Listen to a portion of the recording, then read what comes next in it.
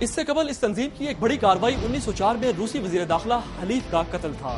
اس قتل نے اس لڑاکا تنظیم کو پورے روس میں شہرت دی اور اسی بنا پر 1911 تک روس دہشت گردانہ کارروائیوں کا نشانہ بنا رہا۔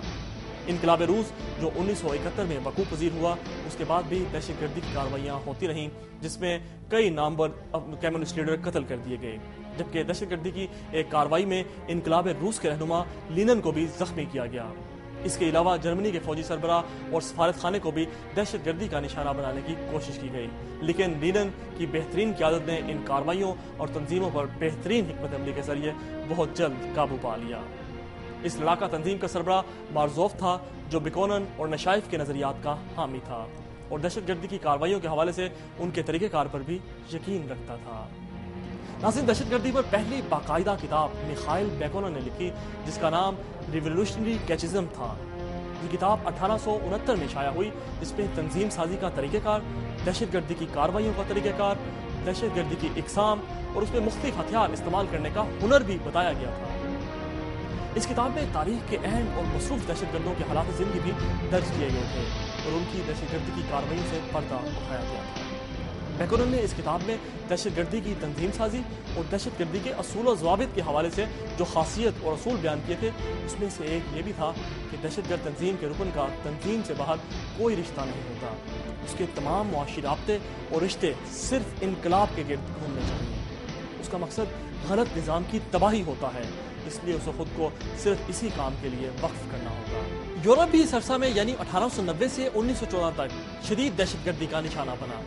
1881 میں ایک تنظیم کی بنیاد رکھی گئی، جس کا مقصد معاشرے میں انتشار پھیلانا تھا۔ اس تنظیم کا نام انارکسٹ انٹرنیشنل تھا۔ اس نے 1893 میں دہشت گردی کی بڑی کارروائیاں کرتے ہوئے فرانس میں رہائشی گھروں کو بموں سے اڑا دیا اور بموں سے اڑانے والے اس دہشت گرد کا نام کلاڈیس راکول تھا۔ 1894 میں اس تنظیم نے پہلی بار فدائی حملے کرنے کی بنیاد رکھی۔ پہلا فدائی حملہ 1894 میں کیا گیا، جس میں اس تنظیم کے رکن آگ گھس تھے۔ ویلا نے ایک سرکاری عمارت چیمبر آف ڈیٹنیس پر بم پھینکا، جس میں یہ خود بھی ہلاک ہو گیا۔ اسی راستے پر چلتے ہوئے اٹلی کے ایک دہشت گرد کسیریو نے فرانسی صدر سادی کارن کو بھی قتل کر دیا۔ اگستے ویلا کی ہلاکت کے ایک ہفتے بعد پیرس میں ایک دہشت گرد ایمل ہینری نے پیرس کیفے میں بم پھینک دیا، جہاں ایک شخص کی ہلاکت کے علاوہ 19 افراد زخمی ہو گئے۔ اس تنظیم کا عقیدہ یہ تھا کہ غلط حکومت میں کوئی شخص بھی بے گناہ نہیں ہوتا۔ اپنے اس نظریے کا اظہار تنظیم کے رکن برملا کرتے تھے۔ یورپ میں 1894 میں فرانسیسی صدر کارن کے قتل کے بعد 1897 میں اسپین میں دہشت گردی کی بڑی کارروائی ہوئی، جہاں اسپین کے وزیر اعظم انطونیو کارنورس کو قتل کر دیا گیا۔ اس کے بعد 1898 میں دہشت گردی کی ایک اور بڑی کارروائی میں آسٹریلیا کی فرمانروا ملکہ الزبتھ کو موت کے گھاٹ اتار دیا گیا۔ اس سے قبل 1900 عیسوی میں اٹلی کے صدر اور بادشاہ امبرتو کو بھی دہشت گردی کی کارروائی میں قتل کیا گیا تھا۔ پیرس اور لندن میں 1900 سے لے کر 1914 تک جن دہشت گرد تنظیموں نے بڑی کارروائیاں کی، ان میں یونوٹ گینگ اور ہیٹر دی بینٹر کا نام شامل ہے۔ لیکن ان دونوں گروہوں کے مقاصد سیاسی نہیں بلکہ مجرمانہ تھے۔ یورپ، امریکہ اور روس میں 1870 سے لے کر 1917 تک کا درمیانی عرصہ اگرچہ دہشت گردی کی بڑی کارروائیوں سے مزین نہیں، لیکن اس عرصہ میں اٹھنے والی دہشت گردی کی تنظیموں کی ایک جو خاصیت تھی وہ یہ سامنے آئی کہ یہ تمام تنظیمیں اپنی کارروائیوں کے پیچھے سیاسی عزائم رکھتی تھیں، چنانچہ انہیں عوامی پذیرائی بھی ملی اور یہ لوگ عوام کو حکومت کے خلاف کرنے میں بھی کامیاب رہے۔ چین میں 19ویں صدی کے دوران دہشت گردی کی کئی وارداتیں ہوئیں اور یہ کارروائیاں کرنے والے عموماً خفیہ معاشرتی گروہ تھے۔ یہ کارروائیاں عموماً قتل کی وارداتیں ہوتی تھیں۔ ان تنظیموں کو باکسر کے نام سے یاد کیا جاتا ہے۔